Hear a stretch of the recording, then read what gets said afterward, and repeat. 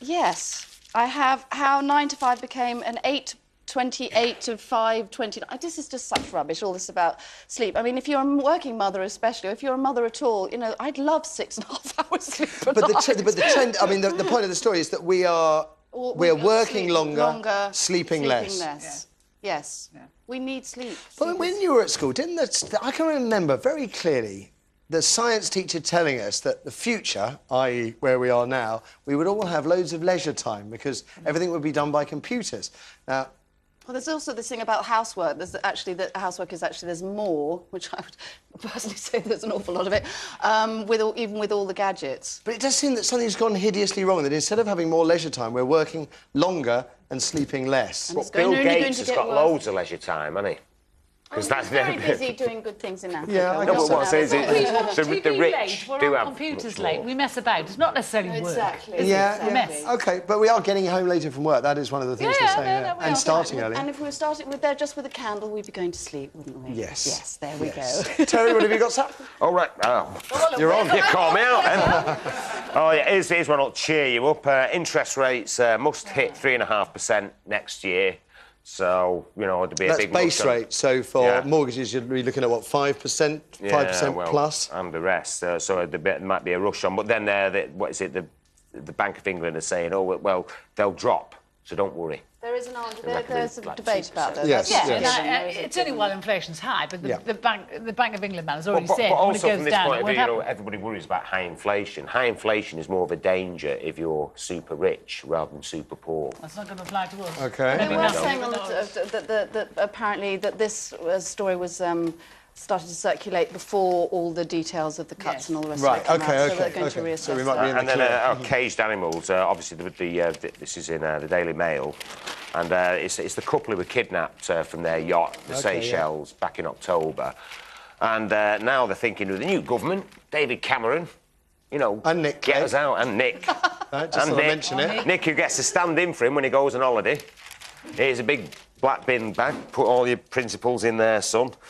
Better than John Prescott as deputy. Whatever. But, so, I mean, they're completely stranded, and the actual kidnappers themselves has been a kind of Islamic militant group and moved into the area, so the pirates have had to take them away further out, and they're no nearer to being released. And OK. So, we've kind of forgotten about those two. Yeah. Well, They've not been in the papers for ages. It's fascinating, isn't it, because they're older. I do wonder if they were 22 and fruity, whether or not we would be reading a hell of a lot more about them. The most horrific thing was that there was a British naval tanker, refuelling tanker there, 50 yards from them, as they were being transferred onto the pirates' vessel. But they're also saying there's a risk that they might actually be sold to the militants. So, Dreadful stuff. This one is Bloody Sunday, 1972. If you remember, it was like, 14 protesters in Derry shot, Catholic protesters, and it was the paratroop regiment who were responsible. And there was always this argument about who fired, was there actually a rifle shot? Were they really throwing nail bombs? And... they've been holding an inquiry into it. It's been 12 years, the inquiry, and it's cost, £200 million, which is absolutely frightening, because they're still not saying... Lawyers don't get in big houses for nothing, Terry. Well, they're still not saying who's to blame or anything like that. It's about to be published, isn't it? So the £200 million... Well, it's even longer than a 12-year wait. You could argue we've been waiting ever since it happened. Well, sort out all the families of the victims with 10 million quid each and keep the change. Would have been a lot better, wouldn't it? But there you go. But that's dreadful. Now, we were talking about, U2 not doing Glastonbury. Now they're saying that Gorillaz are going to take over U2's slot at Glastonbury. Damon Albarn. Although, not David Attenborough, then. The other Gorillaz. Right, OK. But basically, Blur did it last year, didn't they? And Blur, you could argue, has got the upper hand over Gorillaz, so you're getting a... Well, Gorillaz are more trendier, and they reckon that it might have loads of star guests. And how many Gorillaz tunes can you name?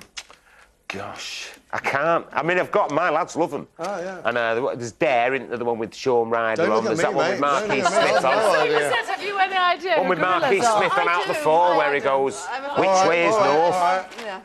Well, anyway, a lot of excitement over them. We went out and did some cartoons and put them to songs, isn't That's it? right, yeah, yeah. album, but I don't know the Gorillaz. I bumped in. I went to watch him in Manchester, and as it was coming out, Manny was there. Papers, get on. He said a bit pretentious. Never mind. Oh, and finally, yeah, CIA's secret Iraq weapon, and the CIA. It's all these sort of different plots to cook up, and one of the ones that they were going to do with Saddam Hussein was fake a porn film of him cavorting with young boys.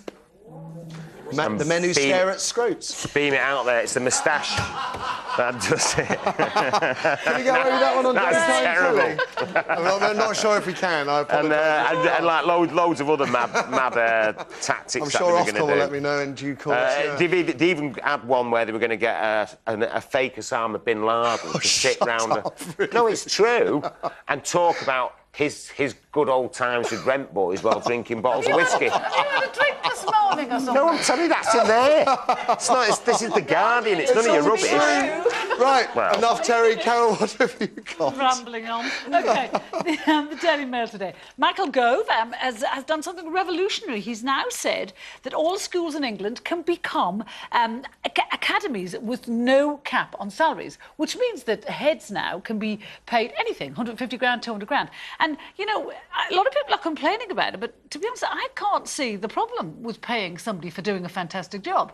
The schools that are going to be made academies straight away are Ofsted's, like, top, you know, As top opposed to tier the ones. old academies, the way Labour ran it, which, of course, was the failing schools that Yes, got of the course. special treatment. And I just think, you know, if you're going to get teachers who are paid great teachers and you pick them because Isn't there a they've had problem, though, great Carol? results... Isn't there a problem that the schools that shine will absorb all the money and the schools that fail will fail some more? Well, the schools that are failing were failing, and they were failing in the I'm hands talking of... about the money. At the moment, the money is shared equally. Yes, but there's what going will- to be... Carol. OK. When they take... Money is currently shared I know. equally, and under the academy situation, that the schools that are fast-tracked will get more money, and the ones that aren't But the don't. fast tracking is just for the first few months. There's going to be 300, 350 of them in the end, and that's going to include some of the failing schools. Right. So, I mean, everyone is going to be included in the end. But I just think there's no problem paying teachers great salaries, because maybe we'll get better teachers. There is no problem unless the money is taken from other schools, in which case it's a disaster. No, if that's the case. But, I mean, the government are still going to fund it as well. Yep. The government are still paying. Anyway,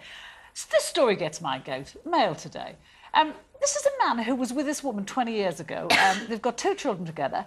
He's come back after 20 years and he's won the right to take half of her house. She's going to be homeless now. The house is worth 240 grand. He never paid a penny towards the mortgage when he was with her. After he left, though, isn't it? After he left. No, when he was with her. She says he never paid a penny. He paid some money when he was with her. He paid £100 a week expenses to her. Yeah. Which is not a lot. But the mortgage, then, the house was only worth 30 grand, so the mortgage would have been small, so £100 expenses would have been relatively quite a large amount. But why does he need to come? This is the mother of his 2 children. He's coming back and he's going to make her sell her home. In the words of my ex-wife, when she came after me for a share of my future earnings, what was the great quote she had? Because I can. Yes. And legally, I don't, he can, well, and yes, he he can. And what the judges basically said is that this is a warning to cohabiting couples that they've got to sort the legal things out at the start. You've got to presume they're going to be divorced. Draw up a contract. Telegraph. This is the story. Middle-class professionals now drink more than the working man, apparently. Because they're the only ones who can afford to. Well, exactly. Which is what makes me cross about this, making supermarkets make drink more expensive, because it's not fair. Because a lot of people who can't afford drink are the people the Labour government put out of work, frankly.